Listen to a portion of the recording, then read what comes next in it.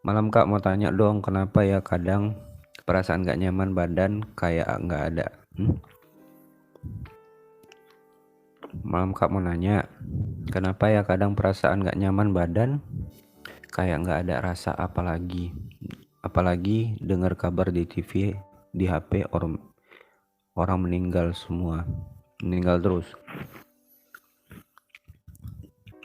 Kemarin udah saya bahas ya, kalau bisa tuh berita-berita negatif, kemudian sosial media, Instagram dan segala macamnya kalau bisa dibatasin, jangan terlalu sering.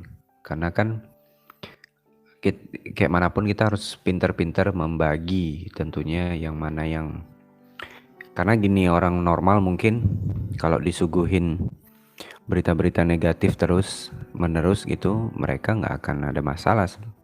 Berbeda sama kita gitu, kita ini bangsa yang pemikir ya, perasa. Jadi sedikit aja ada berita negatif terus kita terota gitu. Jadi usahakan untuk dibatasin, bukan artinya nggak boleh. Rasa-rasa nggak enak aja di badan habis maghrib ya, biasa mas. Jam-jamnya kumat ansietas itu kan memang di jam-jam habis asar sampai ke isya ya. Jadi kita harus ini aja sama keadaan itu gitu, jangan terlampau dikhawatirkan. Segala apa yang kita takutin itu belum tentu terjadi, jadi nggak usah takut. Itu hanya perasaan kita aja, tidak teratur awal-awalnya ya. Kalau bisa diatur dengan baik ya pola makannya, karena pola makan ini penting banget untuk menjaga kesehatan lambung kita gitu. Jadi makanlah dengan jumlah yang sedikit namun rutin, itu yang dianjurkan dokter kepada saya dulu gitu, dan saya terapin gitu. Nah, ditambah juga harus dikendalikan kecemasannya. Jangan biarin kecemasan itu membuat asam lambung kita semakin tinggi gitu ya. Sensasi seperti ini biasanya berapa lama mas? Aku tergantung mbak, jadi nggak bisa kita tentuin. Intinya gini, jika kita mau sembuh, kita nggak usah tunggu kapan sembuh itu datang gitu. Kalau kita tunggu-tunggu, dia nggak akan datang-datang gitu. Biarkan aja bahwa kalau orang bilang let it flow ya, bahwa jalan aja gitu. Seiring berjalannya waktu, sensasi itu akan hilang. Tapi kalau kita rasa-rasa kapan ya sembuh, nggak akan sembuh-sembuh gitu. Nah, harus kita rubah pola makannya, pola hidupnya, pola pikirnya, itu harus dipegang kuat gitu. Jadi supaya, kalau sebenarnya gini, kalau kita udah disiplin menerapkan 3P itu, insya Allah kita akan membaik ya.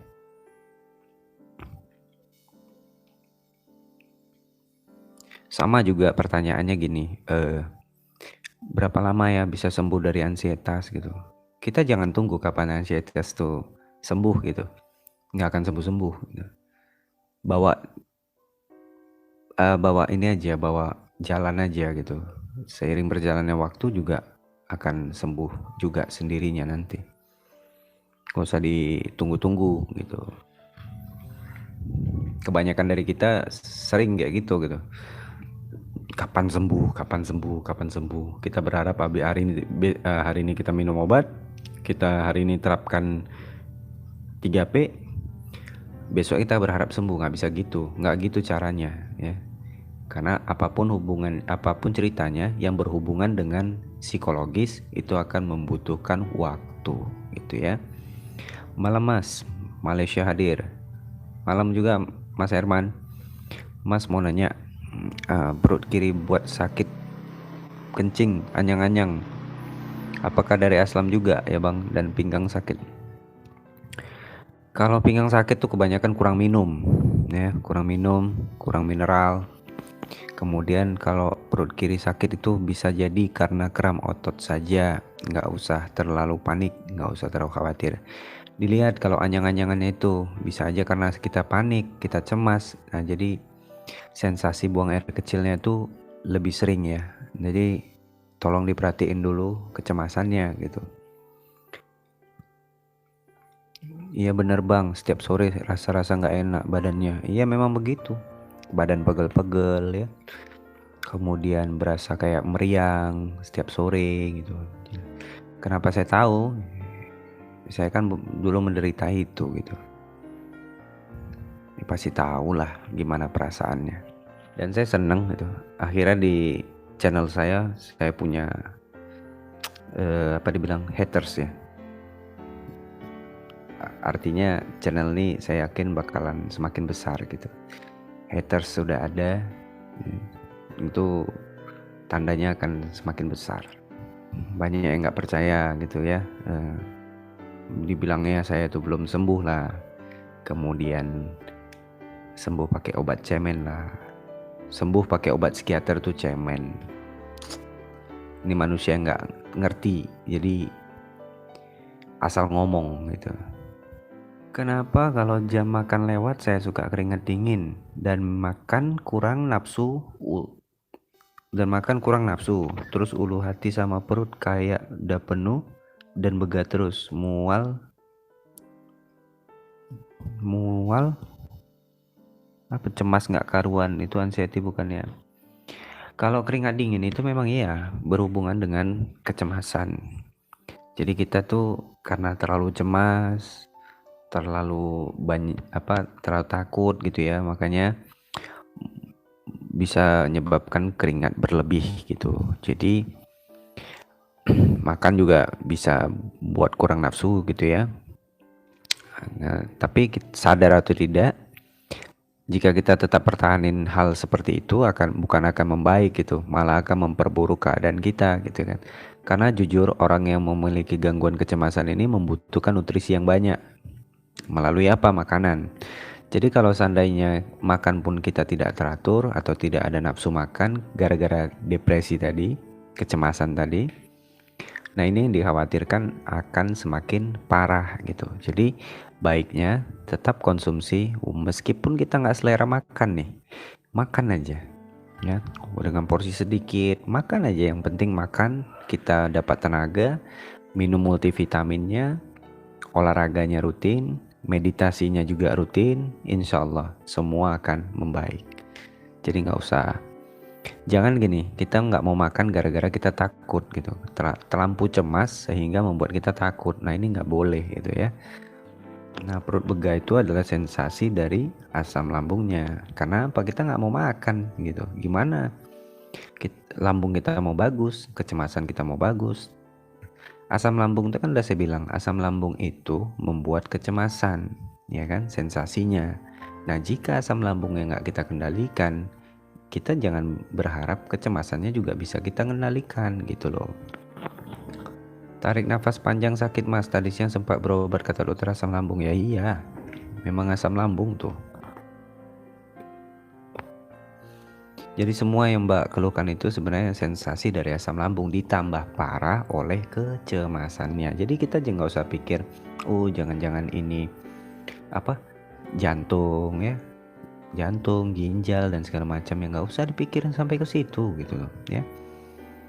Intinya kita sudah berobat, sudah dicek sama dokter dan hasilnya cuma asam lambung, ya udah gitu. Masa kita merasa kita lebih pintar daripada dokter? Itu salah itu. Iya takut, karena ketakutan itu gitu loh ya. Tarik nafas panjang aja biasa. Sakit itulah tandanya ada salah gerak, kram otot. Makanya saya bilang kalau memang ada terasa sakit gitu, nyeri di dada, kemudian di perut sebelah kiri, jangan langsung panik gitu loh. Seharusnya ambil counter pain, kemudian Voltaren, jangan apa-apa sedikit langsung obat gitu ya. Jadi coba dulu dengan hal-hal seperti itu, oleskan dulu counter pain, kemudian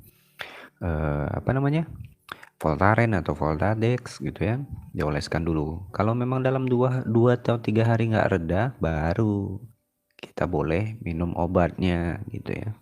Kalau tidak terlampau parah nggak usah, saran saya.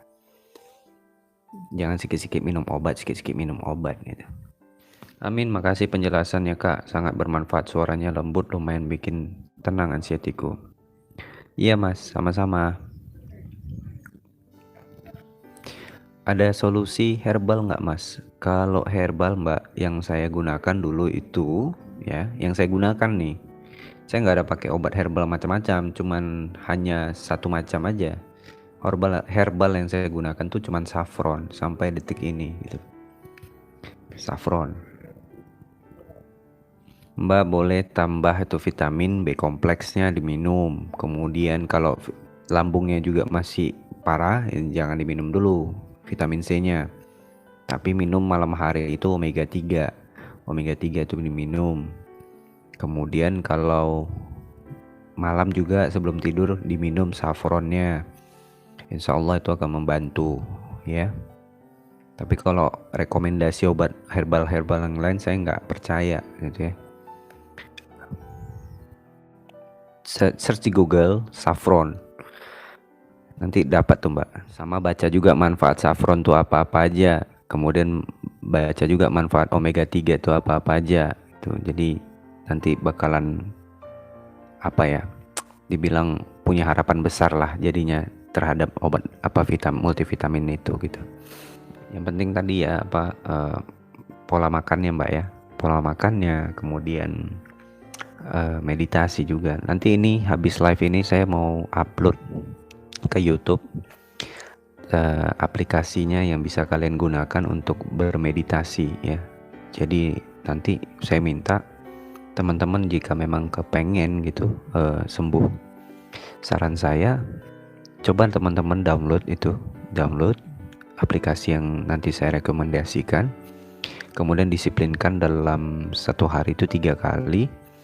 Pagi bangun tidur kalian meditasi, kemudian nanti sore harinya kalian meditasi dengan berdamai dengan cemas, kemudian nanti sebelum tidur kalian meditasi lagi. Insya Allah nanti akan ada hasilnya. Tapi jangan, ingat pesan saya, jangan pernah tunggu kapan kita sembuh gitu. Itu nggak akan datang kesembuhan itu gitu. Jadi berjalan saja. Sehat selalu buat Mas dan kita semua, insya Allah, amin. Makasih ya Mbak doanya. Saya pernah minum saffron, bisa juga ya buat anxiety. Ya iya, itu banyak manfaatnya ya. Cara memperbaiki irama jantung Bang, psikosomatis, tenangkan pikirannya, insya Allah irama jantungnya juga akan normal. Semakin kita panik semakin kenceng gitu. Jadi semakin kita bisa kendalikan kecemasan dan paniknya, insya Allah detak jantungnya akan normal. Salah satunya sering saya sampaikan juga ke teman-teman gitu, bahwasanya dengan cara apa gitu ya, dengan cara meditasi. Coba Masnya meditasi, rutinkan meditasi. Jika nanti memang tidak ada hasil, ada baiknya datangi psikiater atau dokter ahli kejiwaan terdekat maupun psikolog ya. Jadi insya Allah bisa membantu. Jadi abaikan orang yang ngomong gitu ya, bahwasanya berobat dengan psikiater itu adalah orang-orang cemen. Tidak seperti itu ceritanya. Kerongkongan sakit Bang, bikin parno. Mas Gede, apakah kerongkongan sakit atau sensasi sulit menelan? Kemudian apakah perutnya kembung? Kemudian begah? Coba disampaikan dulu atau dikoreksi dulu. Terima kasih juga yang udah mau subscribe, yang udah setia sampai detik ini gitu ya. Terima kasih. Karena tanpa kalian juga channel ini nggak akan bisa sampai seperti ini gitu. Udah aku subscribe Bang, mendekati 1000 sukses. Insya Allah doain ya, mudah-mudahan bisa tercapai 1000-nya. Jadi biar semakin semangat lagi gitu tentunya gitu loh. Tapi tanpa kalian nggak mungkin lah bisa sampai seperti ini gitu ya. Ini berkat kalian juga kok kawan-kawan. Makanya saya ucapkan banyak-banyak terima kasih buat kawan-kawan semua. Mudah-mudahan kalian dengan subscribe channel ini, kalian bisa semakin termotivasi lagi, semakin bisa bangkit gitu ya. Jangan takut sama kecemasan ya. Ada yang ganjel Bang, iya. Setiap gosok gigi muntah Bang, iya. Mual kan? Jadi Mas Gede, sensasi ada yang ganjel itu apakah seperti kita itu tertelan permen? Pernah ngerasain nggak tertelan permen? Buat nelen tuh nggak enak banget gitu, kayak bener-bener kayak ada yang ganjel gitu. Tapi makan minum kita nggak ada rasa nyeri gitu kan. Awal-awal dulu saya berpikir tuh radang tenggorokan gitu, atau ada tumor di tenggorokan gitu ya. Awal-awal dulu takut kayak gitu. Jadi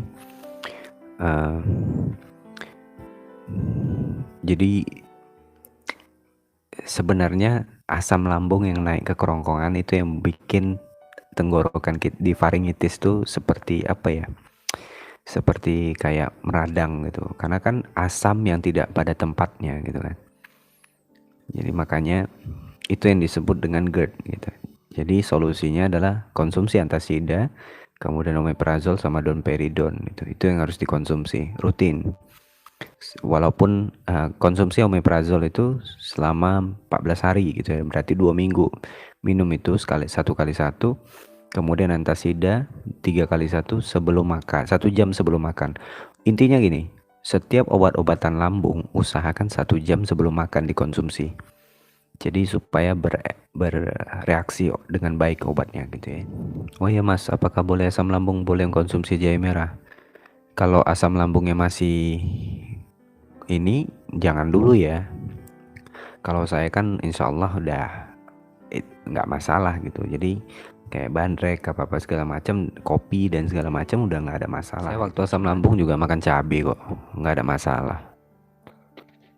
Jangan terlampau ditakut-takutin gitu. Semakin kita takut, ya sebenarnya bukan karena cabenya gitu, karena pikiran kita yang buat asam lambung naik gitu, karena ketakutan kita itu gitu.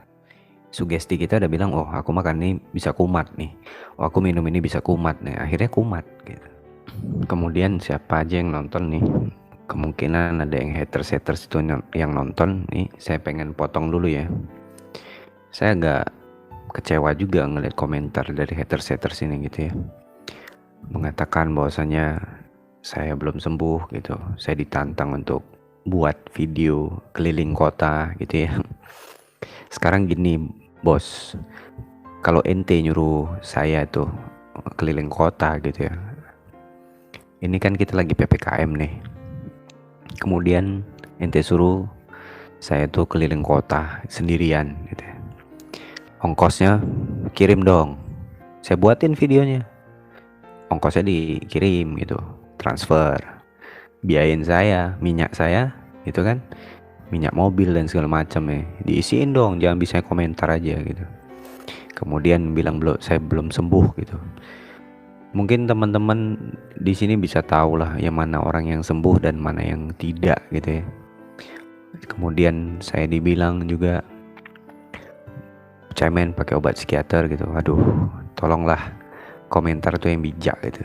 Kasihan teman-teman yang lain di sini yang masih sakit gitu melihat komentar-komentar yang seperti itu gitu. Sekarang gini, ini channel orang-orang ansietas, orang-orang yang punya gangguan kecemasan.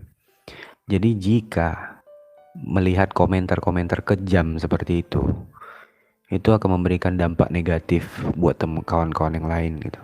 Jadi bijaklah berkomentar ya, bijak.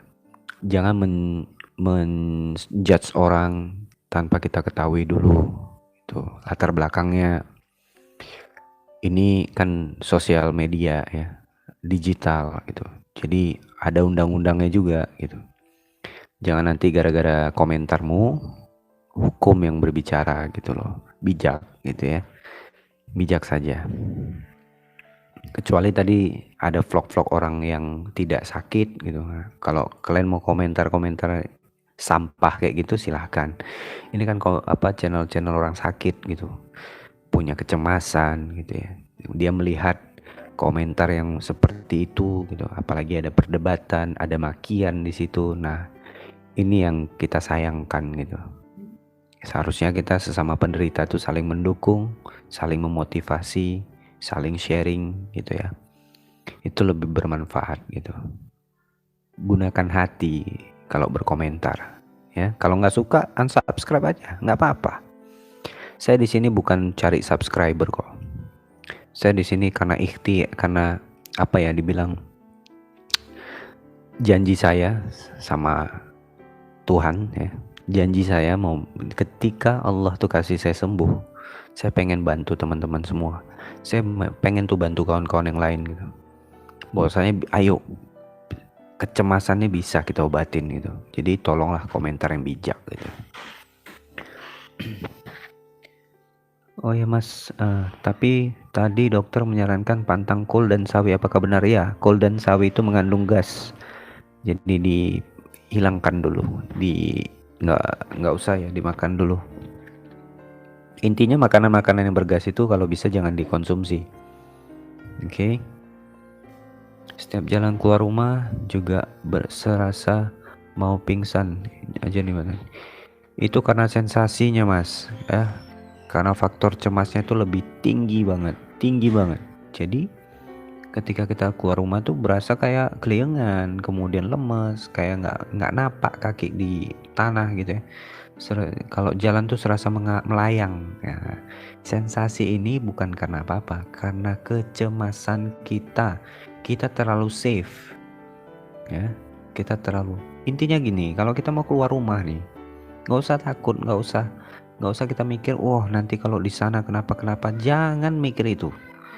Intinya kalaupun kita pingsan ya, kalau kita pingsan di jalan atau kenapa di jalan, nggak mungkin orang-orang sekitar kita nggak bantu kita, siapapun dia. Apalagi kita tinggal di Indonesia yang ibaratnya masyarakatnya itu peduli banget gitu ya, ada apa-apa tuh terus kepo gitu. Jadi kita nggak usah takut gitu. Intinya dimanapun ya, kapanpun, mau kita ke rumah sakit hebat sekalipun ya, atau tinggal di rumah kita di sebelah rumah sakit gitu ya, kalau udah namanya waktunya mati, ya udah, nggak akan ada yang bisa apa namanya, nggak akan bisa ditawar soal itu gitu loh. Jadi kita nggak usah takut, pasrah, belajar berpasrah, belajar kita bersyukur aja gitu, dengan apa yang ada gitu. Kita masih bisa jalan, kita masih bisa apa namanya, masih bisa menikmati hidup. Nikmati hidup tuh cuman sekali kok, ya kan? Gimana lagi orang yang saat ini tuh berjuang mempertahankan hidupnya di ruangan ICU itu.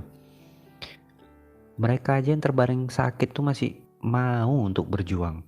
Lah kita diberi kekuatan, diberi kesehatan, cuman hanya sakit lambung, tapi lebaynya nauzubillah gitu. Kita koreksi diri kita. Jangan kita orang nganggap gini, lemah lu, cemen lu, kita langsung nyusuk ke hati gitu. Jangan, koreksi diri kita.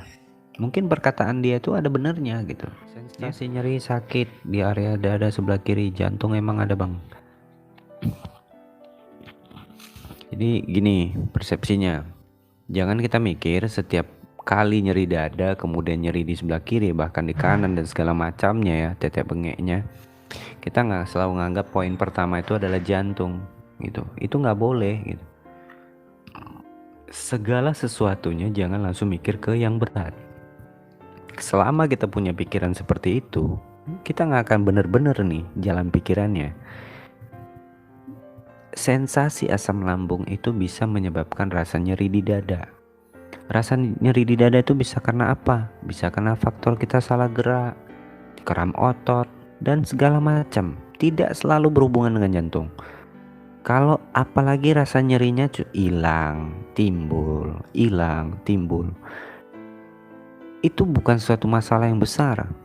Tapi jika rasa nyeri di dada itu semakin lama semakin sakit dan membuat kita sakitnya itu nggak tertahankan. Jadi makanya gini loh, dokter jantung pernah bilang sama saya, kalau kamu nih sakit jantung atau kena serangan jantung, kamu tuh udah nggak akan sanggup lagi untuk buka HP ya, buka handphone, ngeluh, itu udah nggak akan sanggup gitu. Kenapa? Kamu tuh bakalan sesak, kamu bakalan lemes, kamu nggak akan bisa ngapa-ngapain gitu loh. Contoh sama, makanya dibilang serangan panik dengan serangan jantung tuh hampir mirip. Nah, makanya orang yang kena serangan panik itu mereka berpikir itu ada serangan jantung gitu, padahal bukan. Gitu loh. Apalagi kawan-kawan misalnya udah pernah EKG, sudah pernah treadmill dan segala macamnya, faktor pendukung ya, udah melakukan pemeriksaan itu dan hasilnya baik, ya udah pegang pedoman itu gitu loh. Kita jangan lagi nyeri dada jantung nih, jangan gitu. Kalau kita punya sistem pikiran yang seperti itu, itulah yang akan menghambat kesembuhan kita. Makanya saya bilang, rubah pola pikir kita jika kita mau sembuh. Pola pikir itu kapan dibentuk? Bukan pada saat kumat, tapi pada saat kita baik-baik aja nih. Kita lagi nggak ngerasain apa-apa nih, cemas nggak ada, takut nggak ada, baik-baik lah, lagi aman gitu. Nah disitulah kita harus ciptakan nih. Sekarang aku baik-baik aja nih. Nah, jangan begitu sensasi muncul, kita responnya terlalu berlebihan, overthinking. Nah inilah yang menyebabkan rasa sakit yang tadinya biasa aja jadi berlebihan gitu loh. Itulah yang kita sebut dengan psikosomatis. Jadi semakin rasa kita respon tuh rasa sakit yang muncul, kita respon dengan berlebihan, maka rasa sakit yang kita keluhkan itu akan semakin besar. Nah, coba kita anggap tenang, kita bawa tenang. Bahwasanya apa yang kita rasakan itu cuman sakit biasa gitu loh. Jangan terlampau yang berat, langsung kita yang berat, jangan. Percaya sensasi itu akan perlahan-lahan akan hilang gitu. Jadi jangan pernah kita nganggep, oh nyeri dada, jantung nih. Oh nyeri di perut kiri, jantung nih. Sakit kepala, jantung nih. Gitu. Jadi jangan ke situ gitu pikirannya. Nggak akan bisa lagi kalian nonton live YouTube dan segala macam kalau kalian kena jantung. Itu. Nah, dikoreksi Mas. Jika mendapat udah saya omongin gini, kemudian rasa nyeri kontan bisa menurun, apalagi sensasi berkurang gitu, rasa nyeri berkurang, itu harus koreksi. Artinya itu bukan ada masalah apa-apa gitu loh.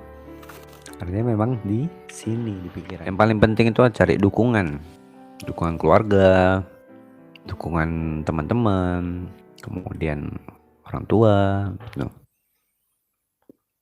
Mas Yogi, assalamualaikum. Wah telat nih Mas, nggak apa-apa Mas, masih sesi tanya jawab Mas. Jadi setiap malam sebelum tidur itu saya minum ini omega 3. Jadi kawan-kawan gak usah beli omega 3 yang harganya selangit gitu, gak ada gunanya. Memang bagus, tapi untuk apa mahal-mahal kok sampai koyak dompet gitu untuk beli omega 3. Minum ini aja, cuma 35.000, dapat 30 butir. Tabletnya lebih kecil, lebih enak ditelan gitu ya. Jadi saya pun kalau udah nggak sakit gini itu jadi kebiasaan. Saffron, kemudian omega 3 itu udah jadi kebiasaan. Vitamin B kompleks itu udah setiap hari saya minum gitu. Kenapa? Karena udah terbiasa. Allah bisa karena biasa. Contoh juga pikiran-pikiran positif itu. Kita tuh udah terlampau biasa berpikiran negatif. Makanya hal-hal negatif tuh lebih gampang nempel di kepala kita. Ya kan? Tapi kalau kita latih, kita biasakan, insya Allah lama-lama pikiran positif yang lebih lebih dominan dia. Mas dulu waktu kena asam lambung, GERD, gimana nyembuhinnya Mas? Biar yang pada belum tahu jadi ilmu buat mereka. Kan udah saya bilang, kendalikan yang paling penting itu jaga 3P-nya. Pola makannya dijaga, pola hidupnya dijaga dengan baik, kemudian pola pikirnya gitu. Jadi kalau 3P itu udah dipegang, insya Allah semua akan baik gitu. Sama juga kawan-kawan tuh harus konsumsi obat lambungnya juga harus rutin gitu. Jangan karena udah ngerasain akan obat lambungnya dibiarin, kemudian selama kita konsumsi obat lambung itu ya kalau bisa dikendalikan juga pikirannya, dikelola pikirannya dengan baik, kemudian olahraga juga karena itu membantu banget gitu ya.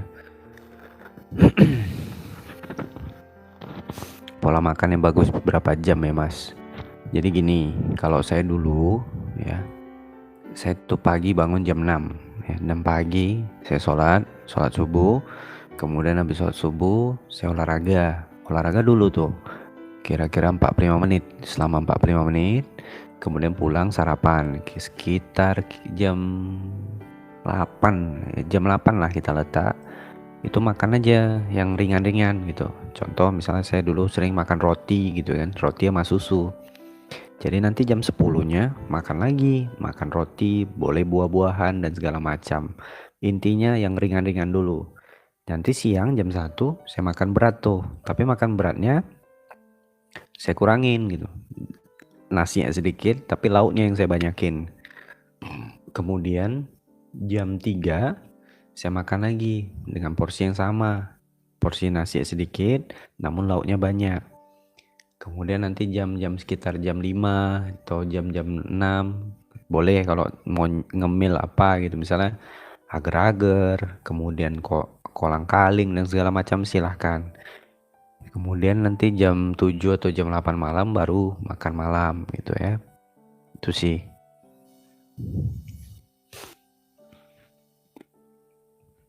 Mas, barusan aku searching di Google tentang saffron, ternyata bunga putik ya untuk membeli yang benar-benar terjamin. Masalahnya ada yang mahal dan murah. Saffron semuanya sama ya. Murah dan mahal itu hanya karena merek ya. Jadi beli aja, nggak usah takut, yang penting saffron dan minum tuh. Jadi nggak usah banyak tertipu sama harga segala macam, kita harus yang mahal. No, nggak seperti itu. Intinya saffron semuanya sama, cuman beda merek aja, merek yang bikin mahal. Jadi intinya nanti setelah live ini habis gitu ya, saya mau upload video, isinya tuh rekomendasi saja, tidak ada motivasi-motivasian. Rekomendasi yang bisa teman-teman gunakan untuk membantu teman-teman meditasi. Aplikasi ini yang saya gunakan dulu ketika dalam proses penyembuhan. Aplikasi ini bagus gitu ya, bagus banget untuk diri kita, untuk kecemasan kita. Jadi saran saya nanti begitu saya upload, teman-teman nonton tuh, nanti terus download, kemudian terapin, disiplinkan. Jangan kapan ingat baru ini gitu, baru dilaksanakan, ketika panik baru dipakai gitu, jangan. Jadi pada saat kita lagi nggak panik pun, kalau bisa teman-teman itu tetap meditasi gitu. Kenapa? Karena akan pelatihan dengan berlatih dengan aplikasi ini akan membuat teman-teman itu nanti tanpa aplikasi pun teman-teman bisa mengendalikan kecemasannya gitu. Nah, ini adalah solusi ya yang patut teman-teman contoh. Solusi yang saya berikan.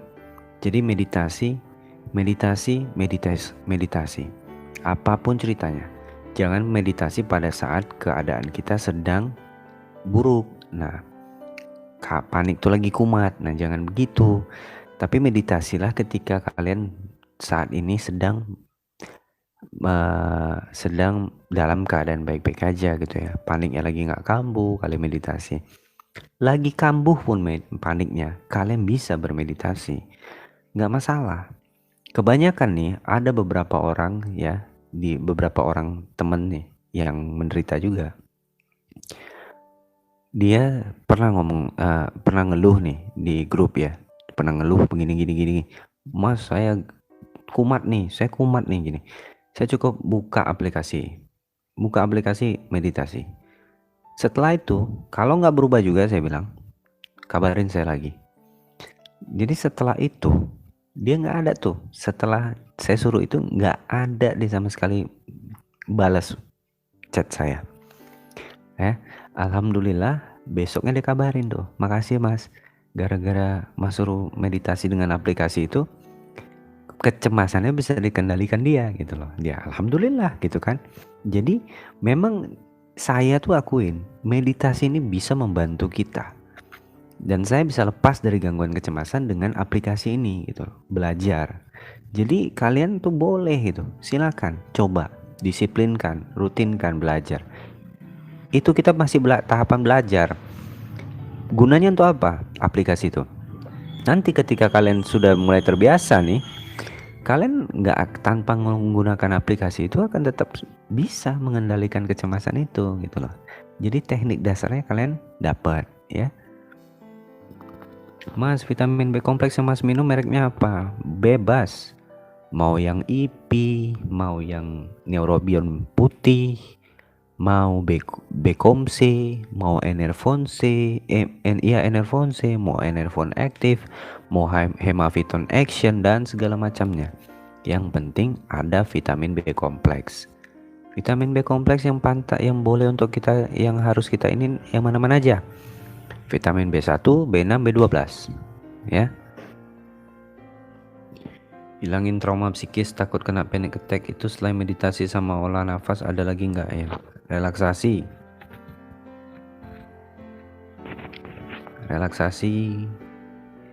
Trauma itu bisa kita hilangkan. Jadi kita tuh takut kan paniknya balik lagi, ya kan? Yang kita takutin itu kan paniknya balik lagi. Nah, pada saat kita sedang tidak merasakan panik, ya, itulah pentingnya bermeditasi. Akan ada perubahan, intinya gitu, step by step dulu. Kalian pelajarin dulu meditasinya, perdalamin, biasakan dulu untuk bermeditasi. Nah, ketika panik jangan apa-apa yang kalian lakukan, jangan tanya ini, tanya itu, tanya ini, panik gitu, jangan. Biasakan tetap kalian tenang, duduk, yakin gak apa-apa ini, yakin nih cuman sensasi. Udah kalian meditasi, minum air hangat, udah selesai, berlalu itu semua ya. Yang psikiater, yang berobat dengan psikiater juga gitu, jangan selalu apa-apa mengandalkan obat. Obat tuh obat tuh sifatnya cuma sementara ya. Ketika kalian mau mengendalikan kecemas ya, misalnya nih, jangan, walaupun kalian masih konsumsi obat ya, coba kalian jangan langsung minum obat, tetap kalian alihkan dulu fokusnya. Nah, ketika fokus kalian teralihkan, udah enak, ya minum obat, nggak masalah. Artinya kalian tuh nggak bergantung sama obat, gitu loh.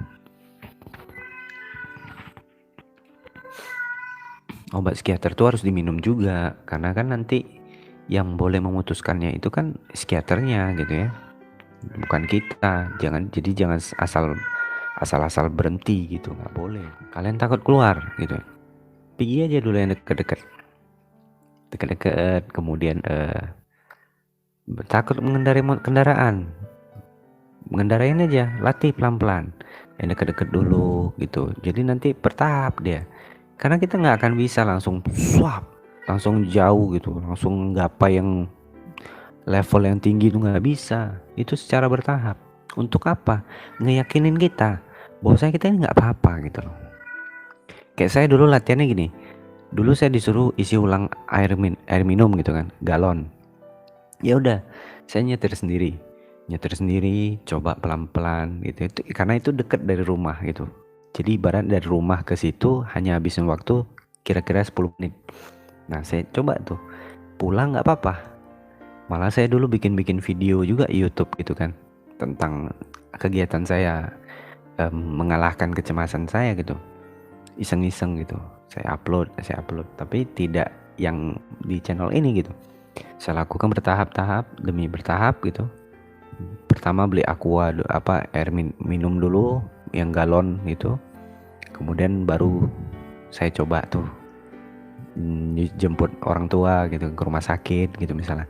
Ini deket yang agak jauh, kemudian bisa. Baru saya coba untuk pergi sendirian ke mall. Itu jauh sebelum pandemi ya. Jadi coba jalan-jalan ke mall sendirian. Jadi bertahap lah. Jadi teman-teman, kalau memang mau coba, cari yang bertahap dulu. Jangan langsung ke yang berat gitu. Jangan terlalu jauh gitu. Karena kok ada apa-apa mau balik susah gitu kan. Jadi cari yang ini dulu gitu. Tapi kalau lambung belum beres, apa bikin anxiety-nya suka nyolek-nyolek ya mas? Iya iyalah. Kenapa? Karena sensasi asam lambung itu tadi gitu. Nah, kalau bisa bicara masalah mana yang lebih baik kita sembuhkan, sembuhkan dulu ansietasnya. Ansietas sembuh, lambung juga sembuh. Selama ini yang bikin lambung kita itu nggak sembuh-sembuh ya karena ansietasnya gitu loh. Oke Mas Yogi, sama-sama. Jadi ada lagi teman-teman, udah 1 jam nih. Mas saya udah ke psikiater dan dikasih obat Antarax, Alprazolam. Itu obat apa ya mas? Apa obat cemas? Alprazolam ya obat cemas. Alprazolam itu kayak antidepresan. Diminum aja mas, nggak apa-apa. Intinya apapun yang terjadi konsultasikan ke psikiaternya. Dan kalau udah dikasih obat sama psikiater nggak usah takut untuk diminum.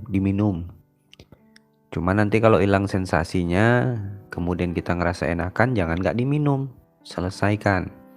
Selesai, habis obatnya kembali lagi ke psikiaternya. Supaya apa? Kita mendapatkan kita mendapatkan psikoterapi, kemudian kita mendapatkan pengurangan obat dan segala macam ya. Jadi dokter itu akan ngelihat gitu, bertahap demi tahapan. Jadi jangan langsung putus sendiri gitu. Karena yang kita khawatirkan ketika kita putus obat sendiri, nanti dampaknya kan panik yang akan datang itu akan lebih besar 2 kali lipat gitu.